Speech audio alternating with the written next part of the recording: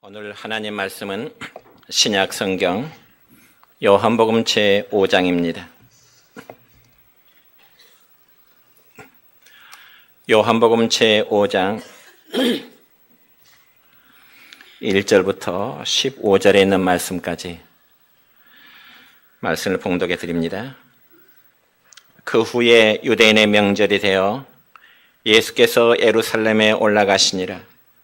예루살렘에 있는 양문 곁에 히브리 말로 베데스다라 하는 못이 있는데 거기 행각 5이 있고 그 안에 많은 병자, 맹인, 다리 저는 사람, 혈기 많은 사람들이 누워 물의 움직임을 기다리니 이는 천사가 가끔 못에 내려와 물을 움직이게 하는데 움직인 후에 먼저 들어가는 자는 어떤 병에 걸렸든지 낫게 되밀어라. 거기 38배 된 병자가 있더라.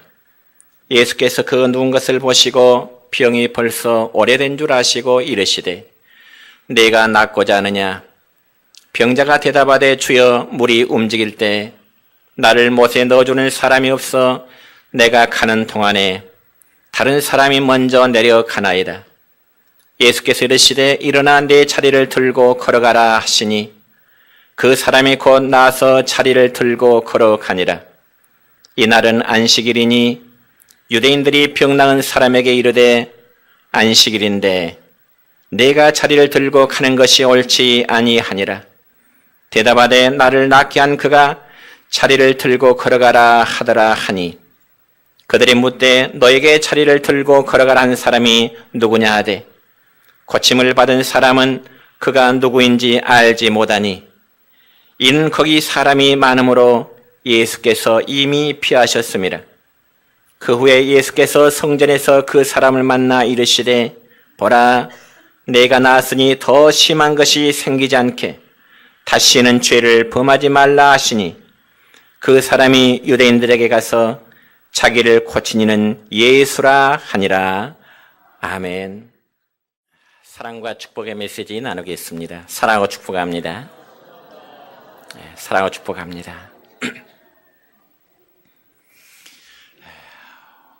오늘은 신약성경 요한복음 5장 1절부터 15절에 있는 말씀을 중심해서 치유자 예수님이라고 하는 제목으로 말씀을 선포하고자 합니다. 여러분, 우리가 신약성경 가운데 요한복음의 말씀을 보면은 예수님을 만남으로 해서 그의 삶이 변화된 몇 사람이 있습니다.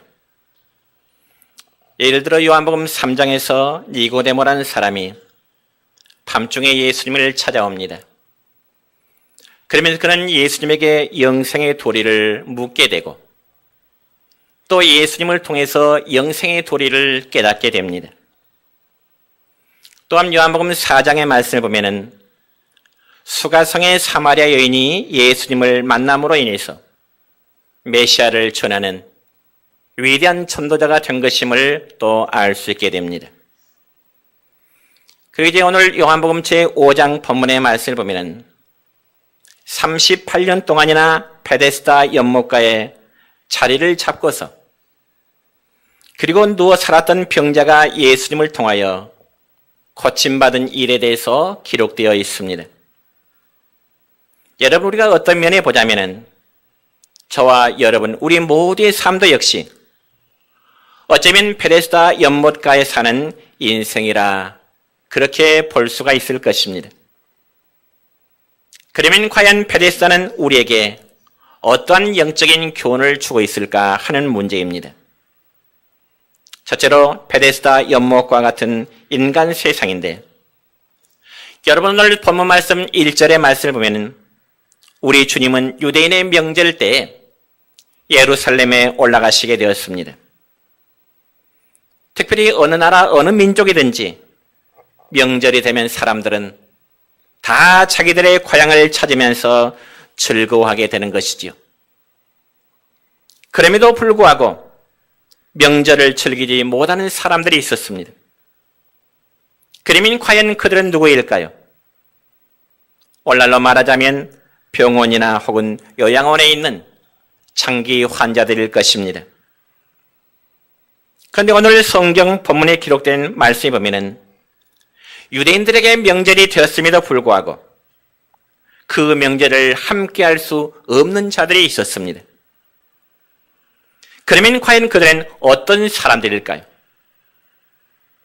그들 역시 자기의 몸을 마음대로 움직일 수 없는 장애우들로서 베데스다 연못가에 매일매일 살아가는 그들이었습니다. 그러니 그들은 부모 형제들로부터도 외면을 받고 살아가는 자들이었습니다. 그래서 모든 사람들이 명절의 기분을 느끼며 즐거워하고 있을 때 베데스다 연못가에는 여전히 많은 사람들이 모여들게 된 것입니다. 그래서 오늘 본문 5장 3절에 보면은 이렇게 기록되어 있습니다. 그 안에 많은 병자, 맹인, 다리 저는 사람, 혈기 많은 사람들이 누워 그렇게 기록되어 있습니다.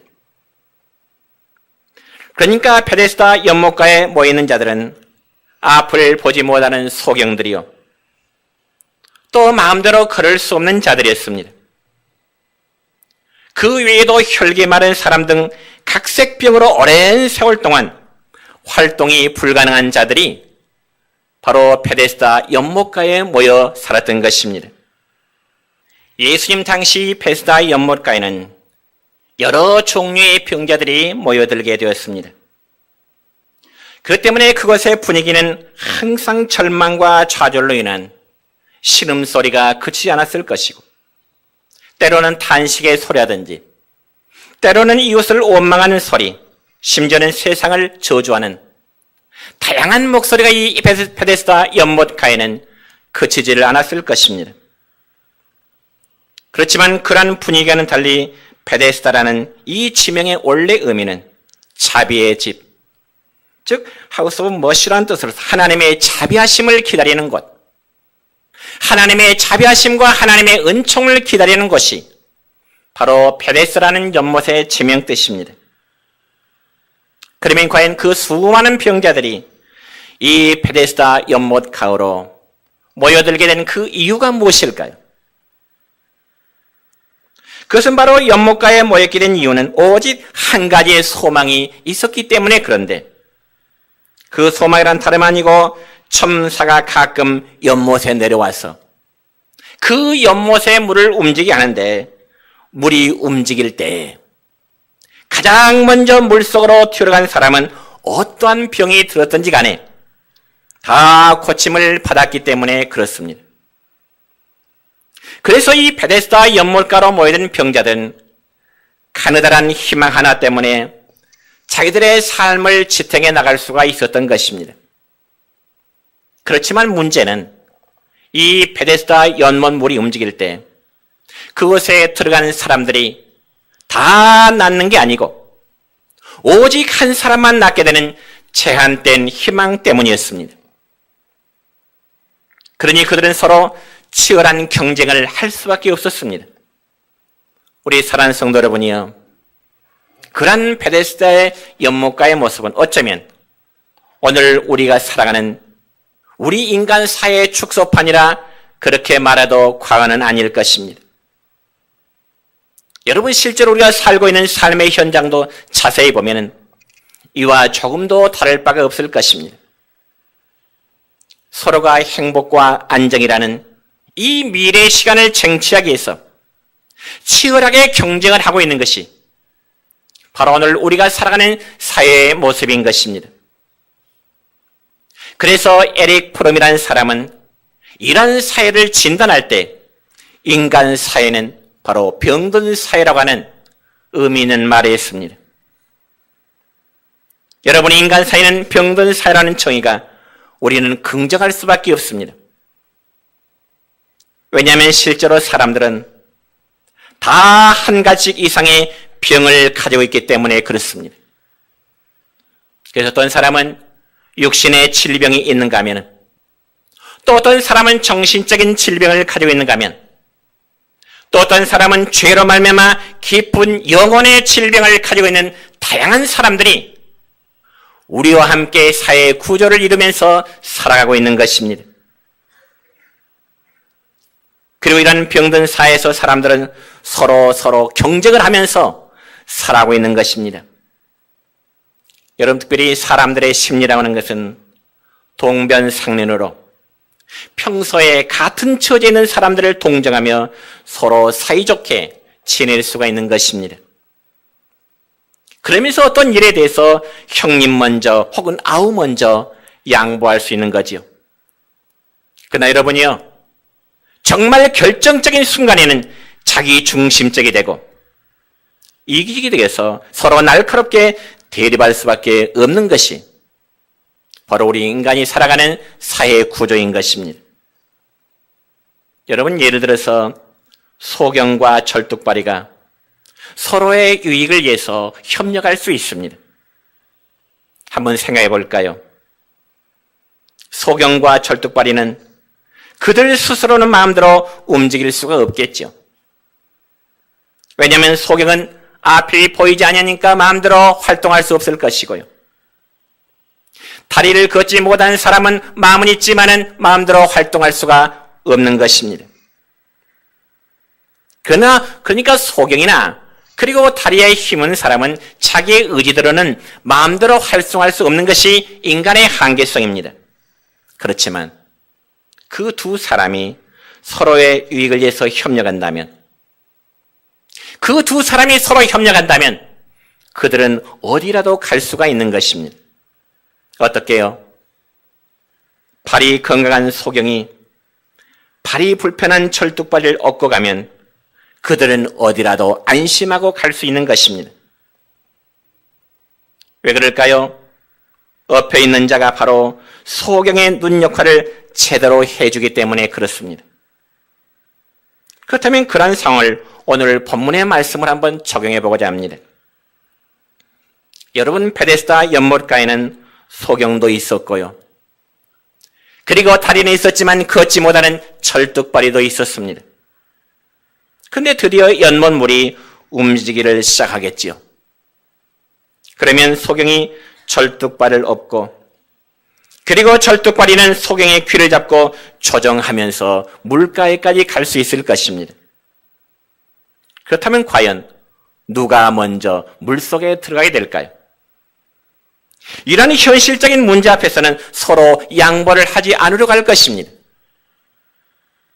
성도 여러분이요, 사람들은 선한 일을 하며 다른 사람을 위해서 살아가고 하지만은 인간의 한계성 때문에 어제의 친구가 어쩌면 오늘의 적이 될 수가 있습니다. 그리고 그로 인해 서로 믿고 신뢰할 수 없는 불신의 풍조가 만연하게 되겠죠. 그렇다면 사랑하는 성도 여러분이요, 여러분은 어떻게 살아가십니까? 결국 우리는 이러한 현실 속에 놓여 있습니다. 병든 사회 속에서 육체적으로 그리고 정신적으로 혹은 영적으로 병들어 있지는 않는지요. 그렇다면 우리에게는 은혜가 필요합니다.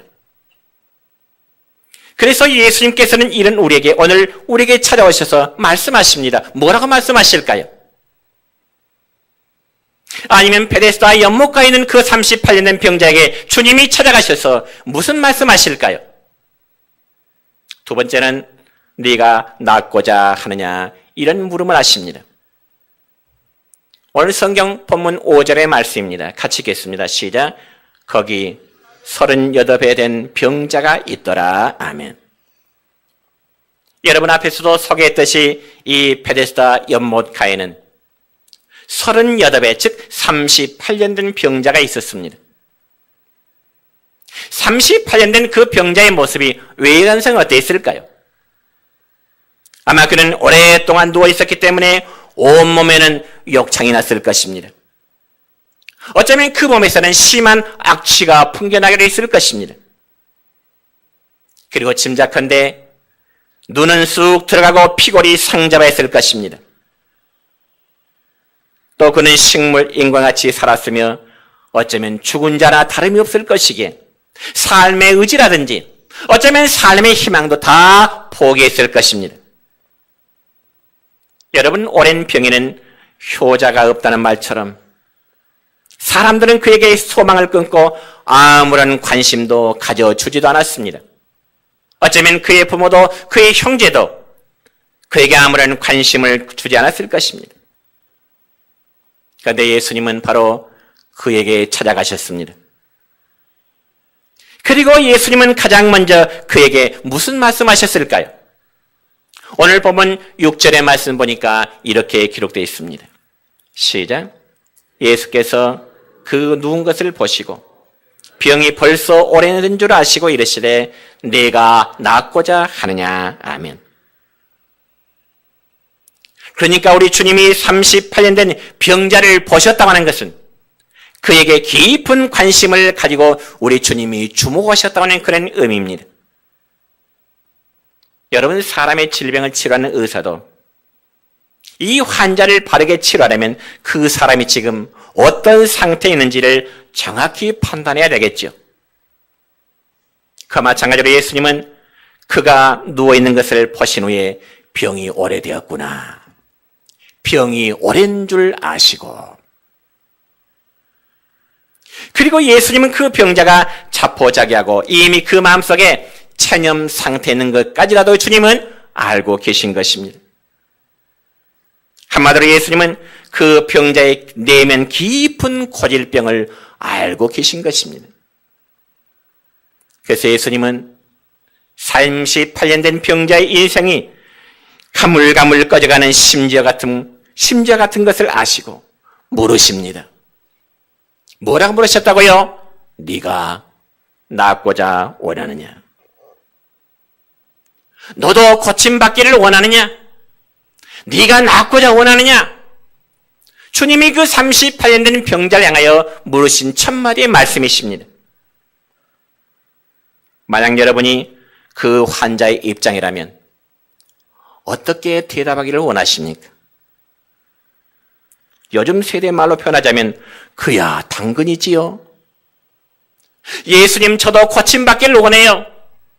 제 몸이 깨끗한 받기를 원해요. 그야 당근이지요.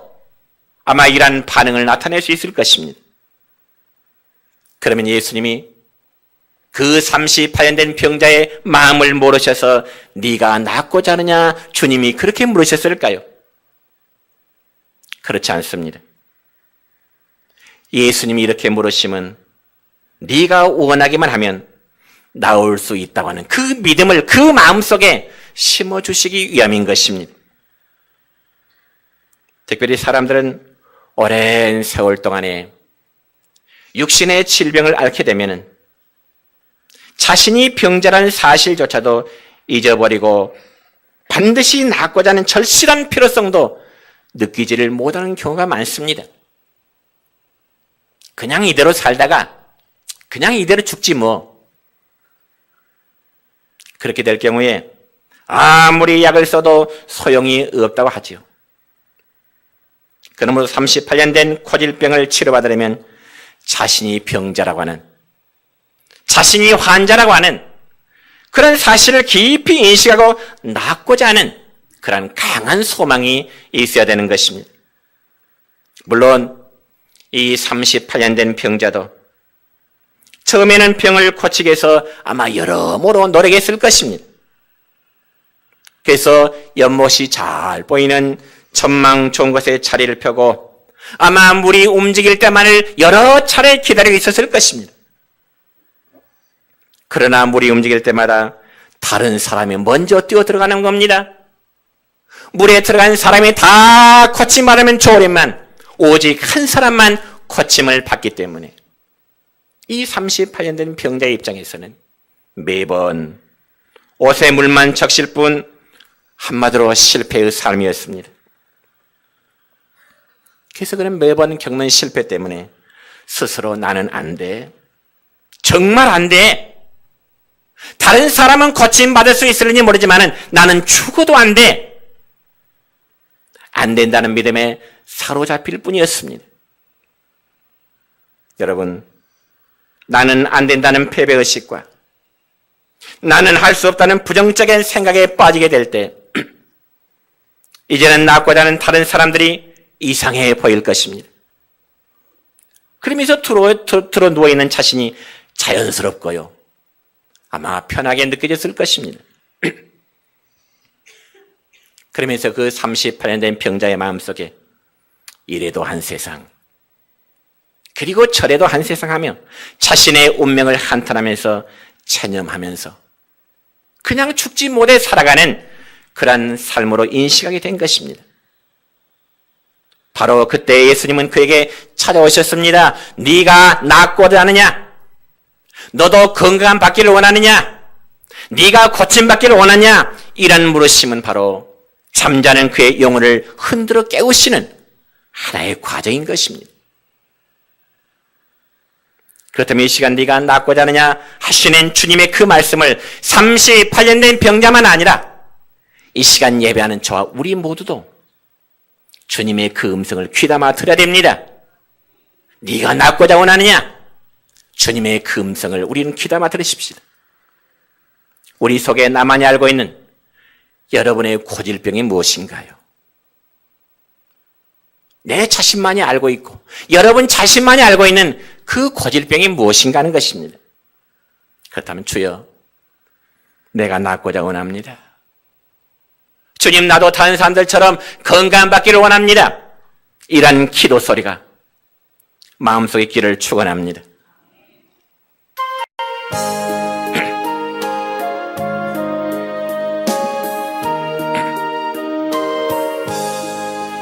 주여, 나의 병든 몸을 지금 고쳐주소서. 고쳐주마 주 약속하셨네. 내가 지금 굳게 믿고 주님 앞에 구하오니 주여 크신 권능으로 고쳐주소서. 나의 주님 뜻이라면 나를 고쳐주소서. 머리 위에 기름 붓고 나 고쳐주소서. 모든 것을 다 바치고 간구하는 나의 몸을 지금 주의 약속대로 고쳐주소서. 그러면 38년 된 병자가 나음을 얻기 위해서는 어떠해야 될 것인가요? 세 번째는 일어나 내 자리를 들고 걸어가라는 주님의 말씀이었습니다. 여러분, 예수님께서 병자에게 네가 낫기를 원하느냐 물으실 때 병자는 이렇게 대답합니다. 어떻게요? 오늘 본문 7절의 말씀 보니까 이렇게 기록되어 있습니다. 시작. 병자가 대답하되 주여, 물이 움직일 때 나를 못에 넣어주는 사람이 없어 내가 가는 동안에 다른 사람이 먼저 내려가나이다. 아멘. 그런데 우리는 여기서 하나의 의문점을 가져봅니다. 그게 무엇인가 하니, 예수님께서 38년 된 병자에게 네가 낫고자 원하느냐 주님이 물으실 때 보통 사람 같으면 어떻게 반응할까요? 만약 제가 그 병자의 상황이라면, 예수님, 져서 낫고 싶어요. 그래서 남들처럼 걷고도 싶고요. 제가 가고 싶은 곳 어디라도 제 발로 걸어가고 싶습니다. 아마 이렇게 답할 것 같습니다. 그런데 38년 된 병자는 그렇게 대답하지 않아요. 오히려 그의 대답은 그가 늘 마음에 품고 있던 내면의 문제를, 그 마음에 품고 있는 내면의 문제를 드러냅니다. 그리고 38년 된 병자는 다른 사람에 대한 불평으로 가득 차 있습니다. 왜요? 다른 사람 때문에 이제까지 자기의 병이 고침받지 못했다는 겁니다. 그러니 그에게 감사하는 마음이 있을까요? 원망과 불평뿐인 것입니다. 여러분, 사람에게 원망과 불평은 사람을 의존하는 의존심에서 나오는 것입니다. 그래서 병자는 모든 사람들이 당연히 자기를 도와줄 것으로만 알고 있는 것입니다. 그래서 물이 움직일 때 자기가 그 물속에 가장 먼저 들어가야 되는데 다른 사람이 먼저 들어간다는 것입니다. 다른 사람 때문에 자기에는 고침받지 못했다는 겁니다. 여러분, 모든 병자는 모든 사람들이 당연히 자기를 도와주어야 생각하지요. 우리 주위에 보면 어떤 환자분이 있다면 그분 한번 생각해 보세요. 환자분은 대부분이 당연히 다른 사람이 자기를 도와주어야만 된다고 그렇게 생각을 하는 경우가 많습니다. 그리고 옆에 있는 사람을 더 의존하고자 하지요. 물론 그럴 수밖에 없으니까 도와주기를 바랄 것이고요. 의존하게 되겠지만은 중요한 것은 자기 스스로의 자립심입니다. 그러므로 모든 사람에는 병이나 신체의 조건이나 어떤 환경이 그 사람을 비참하게 만드는 것이 아니라 내면의 병이 그 사람을 비참하고 못쓰게 만드는 것입니다. 그래서 어떤 사람은 부모님이 도와주지 않았기 때문에 내가 이렇게 되었노라고 부모의 탓을 하는 사람이 있는가 하면, 또 어떤 사람은 주변의 환경을 탓하는가 하면, 또 주위 사람들을 탓하며 불평을 일삼기도 합니다. 그래서 이런 사람 마치 38년 된 병자같이 내면이 깊이 병든 자의 모습인 것입니다. 그러면 과연 그런 병자를 우리 주님은 어떻게 도와주셨을까요? 오늘 본문 8절의 말씀입니다. 시작. 예수께서 이르시되 일어나 내 자리를 들고 걸어가라. 아멘. 여러분, 이 말씀 보면 예수님은 그를 불쌍하다고, 38년 동안 얼마나 힘들었냐고 동정하는 말씀하지 않았습니다. 힘들었겠다, 그런 동정을 베푸지 않으셨다는 거죠. 왜냐하면 여러분, 동정하게 되면은 어쩌면 그 38년 된 병자에게 일시적인 위로가 될 수 있을는지 몰라도 오히려 더 못쓰게 되어버리는 경우가 되기 때문에 그렇습니다. 그래서 예수님은 그가 주님의 음성을 듣고 자립적으로 걸어갈 수 있는 명령을 주시는 것입니다. 이처럼 예수님은 그가 사람을 의존하고 불평하고 무기력하게 누워있는 것을 원치 않으셨습니다. 그래서 주님은 그가 일어나서 일생을 자립적으로 살기를 주님은 원하십니다. 뿐만 아니라 예수님은 그가 하나님을 기쁘시게 하고 모든 사람들에게 하나님의 복을 나눠주는 복의 근원이 된 사람이 되기를 주님은 원하셨습니다. 그래서 예수님은 그 병자에게 이렇게 말씀하십니다. 우리 한번 따라서 합시다. 일어나 네 자리를 들고 걸어가라. 우리 주님이 38년 된 병자에게 말씀하십니다. 일어나라. 그리고 이제까지 깔고 놓았던 네 자리를 들고 걸어가라고 말씀하십니다. 그러면 주님의 그 말씀과 동시에 어떤 현상이 나타날까요? 오늘 본문 9절의 말씀입니다. 시작. 그 사람이 곧 나아서 자리를 들고 걸어가니라. 아멘. 38년 동안 아무런 소망 하나 가지지 못하고 살아왔던 그가 전능하신 예수님의 음성을 듣게 될 때 팔, 다리에 힘이 생기게 된 것입니다. 그리고 그는 자리를 들고 당당히 걸어가서 자립적인 새로운 인생을 살아갈 수가 있게 된 것입니다. 여러분, 이 말씀이 무슨 동화처럼 들리신가요? 옛날 이야기처럼 들리신가요? 어쩌면 소설처럼 들리신가요? 이 말씀은, 이 사건은 분명히 예수님의 공생의 시기에 이루어진 역사적인 사건인 것입니다. 그래서 그 사건이 여러분이 영상을 보듯이 그 유적이 지금도 그대로 남아있는 것입니다. 사랑하는 성도 여러분이요, 이 세상은 육신은 멀쩡하지만 정신적으로나 그리고 영적으로 38년 된 병자들의 모습이 우리 주변에는 참 많습니다. 그래서 어떤 사람들은 자기의 부모를 원망한다든지, 때로는 주변의 환경을 원망한다든지, 혹은 늘 슬픈 생각만 하고 살아가는 그런 종류의 사람들입니다. 그래서 주변 사람들이 자신의 비참한 처지를 이해해 주기를 바라고 동정을 구하고 그리고 도와주기만을 바라는 그런 사람들도 있습니다. 그뿐만이 아니죠. 어떤 이는 육신의 질병을 인해서 그 내면까지 병들어 무기력한 삶으로 살아가는 사람들도 없지 않아 있습니다. 그렇다면 이러한 고질병은 반드시 고침을 받아야 되는 것입니다. 그래야 하나님을 영화롭게 하고 사람들에게 하나님의 복을 나눠주는 복된 인생을 살아갈 수가 있는 것입니다. 그래서 우리가 고침을 받으려면 주님의 음성을 들어야 됩니다. 어떻게요? 하나님께서 말씀에 선포져 세운 주의 종의 입을 통해 선포된 이 하나님의 말씀을 여러분이 들으셔야 되는 것입니다. 그리고 주님의 말씀을 들었다면 이제는 순종하는 삶이 여러분에게 있어야 되는 것입니다.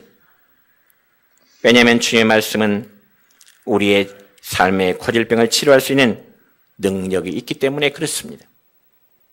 마지막 네 번째로 주님은 병자에게 다시는 죄를 범하지 말라. 다시는 죄를 범하지 말라. 이란 말씀을 주십니다. 그런데 여러분, 이 38년 된 병자가 나와서 일어나게 된 날은, 고침받게 된 날은 공교롭게도 그날이 하필 안식일이었습니다. 그래서 병고침을 받은 이 병자가 자기가 깔고 있던 자리를 들고 위풍당당하게 걸어갈 때 그를 바라본 유대인들은 기분이 좋지 않았습니다. 왜냐하면 그가 자리를 들고 걸어간 날은 안식일의 법을 어기는 날로 그들이 여겼기 때문에 그렇습니다. 오늘 본문 10절의 말씀입니다. 시작. 유대인들이 병난 사람에게 이르되 안식일인데 네가 자리를 들고 가는 것이 옳지 아니하니라. 여러분, 유대인들은 안식일에 자리를 들고 가는 행위가 10계명 중에 제4계명에 해당하는 범죄로 그들은 여겼다는 것입니다. 그러면 과연 10계명 중에 제4계명이 어떤 계명일까요? 시작. 안식일을 기억하여 그날을 거룩하게 하라. 출애굽기 20장 10절에 있는 말씀입니다. 안식일을 기억하여 그날을 거룩하게 하라. 그러니까 그 말은 안식일 날에는 아무 일도 해서는 안 된다는 것입니다. 그러니 유대인들이 볼 때는 병고침을 받은 날짜가 바로 안식일 날 자리를 들고 가는 그 걸어가는 행위가 안식일을 범하는 것으로 여겼던 것입니다. 여러분, 특별히 유대교의 랍비들은, 유대교의 랍비라고 하면 율법을 가르치는 교사들, 선생님들을 가리키죠. 이 유대교의 랍비들은 이 미시나라는 법전을 성문화된 율법 외에 그들이 하나님을 더 잘 섬기기 위해서 여러 방면으로 토론한 결과 하나의 새로운 법전을 만들었습니다. 그걸 가리켜서 미시나 법전이라 그렇게 말하는데요. 그래서 이 유대인들은 미시나의 법전을 구약 성경 다음으로 가는 귀중한 법으로 여겼습니다. 그런데 그 미시나 법전에 가면은 안식일 날 금지해야 될 39가지 일이 기록되어 있습니다. 그래서 그 39가지 금지된 일 중에 하나는 안식일 날 공적인 장소에서 개인의 집으로 어떤 물건을 옮기면 그 물건이 크든지 작든지 안식일을 어기는 것으로 여겨서 그 사람을 참생을 당한다든지 때로는 돌에 맞아 죽게 만들었습니다. 그러니까 본문 말씀에 보면 이 유대인들은 네가 어찌하여 감히 이 거룩한 안식일을 네가 감히 자리를 들고 가느냐. 짐을 옮긴다는 거지요. 육체의 노동을 한다는 거지요. 성도 여러분, 소망 없던 병자가 오랜 병에서 고침을 받았다면 함께 기뻐하며 베데스다 축제를 벌여야 하는 것이 마땅한 일이겠지요. 그렇지만 그들은 오히려 사람을 율법의 굴레에 얽매이고자 했습니다. 그러면서 이 법적인 문제를 들고 따지자 그의 마음에는 두려움이 생긴 것입니다. 그래서 고침받은 병자는 자기의 의도와는 상관이 없이 자기를 고친 그분이 자리를 들고 걸어가라고 했기 때문에 자기는 어쩔 수 없이 나에게 말씀을 주시고 나에게 말을 준 그분이 자리를 들고 가라가니까 나는 내 자리를 들고 가는 것뿐입니다. 그러면서 그는 자기를 고친 그 생명의 은인이 누구인 줄도 몰랐고요. 또 알려고도 하질 않았습니다. 그러면서 오늘 본문 14절에 보면 예수님은 다시금 38년 된 병에서 고침받은 그를 찾아가십니다. 그러면서 이렇게 말씀하시죠. 14절입니다. 시작. 보라, 내가 나았으니 더 심한 것이 생기지 않게 다시는 죄를 범하지 말라. 아멘. 여러분, 이 말씀은 오늘날 우리가 구원의 은혜를 받은 후에 어떠한 생활을 해야 하는지의 방향을 제시해주는 그런 말씀이기도 합니다. 예수의 피로 구원받았다면 이는 과거의 죄된 생활을 계속 탑습하는 것이 아니라 예수의 피로 죄 용서함 받았다면 이제는 다시금 죄를 범하지 말라 하는 그런 의미입니다. 그리고 14절 말씀에 보라 내가 나았으니라는 말씀은 그가 과거에 얼마나 비참한 상태에서 고침을 받았는지 구원의 은혜를 네가 기억해라. 병자로 있을 때 네 모습이 얼마나 비참했느냐. 이제 네가 고침을 받았으니 그 구원의 은혜를 네가 기억해라. 여러분, 우리도 구원의 은혜를 늘 새롭게 기억하고 감사하지 아니할 때 자신도 모르게 교만해지고요, 하나님 앞에 쓸모없는 존재가 되어버리고 맙니다. 사람이란 어느 누구나 과거 자신의 비참한 모습에 대해서는 아마도 기억하고 싶지 않을 것입니다. 그러나 과거의 자신을 기억할 때 오늘의 나를 발견할 수 있고요, 그때 더 깊은 은혜의 세계로 나아갈 수 있게 되는 것입니다. 그래서 신약성에 보면 사도 바울은 자신이 과거에 하나님의 교회를 핍박한 회방자요, 그리고 폭행자요, 그리고 핍박자로서 죄인 중에 귀에 쓰임을 늘 기억했기 때문에 그는 복음의 사도로서의 일을 잘 감당할 수 있었던 것입니다. 이제 말씀했습니다. 성도 여러분이요, 베데스다 연못가에 찾아오셔서 38년 된 병자를 고쳐주신 그 주님은 어떤 분이실까요? 그분은 천지 창조하신 분이십니다. 그리고 그분은 하나님으로서의 거룩하고 영화로우신 분이십니다. 근데 그 예수님께서 베데스다 연못과 같은 냄새나고 문제 많은 이 세상에 찾아오셨습니다. 그리고 저에게 찾아오셨고 여러분에게 찾아가셨습니다. 그래서 예수님은 오늘 저와 여러분에게 이렇게 명령하십니다. 네가 낫고자 원하느냐? 일어나 걸어가라. 그리고 다시는 죄를 범하지 말라. 이 주님의 음성을 듣고 매일매일 행복의 삶을 누리시는 여러분 되시기를 주님의 이름으로 축원합니다.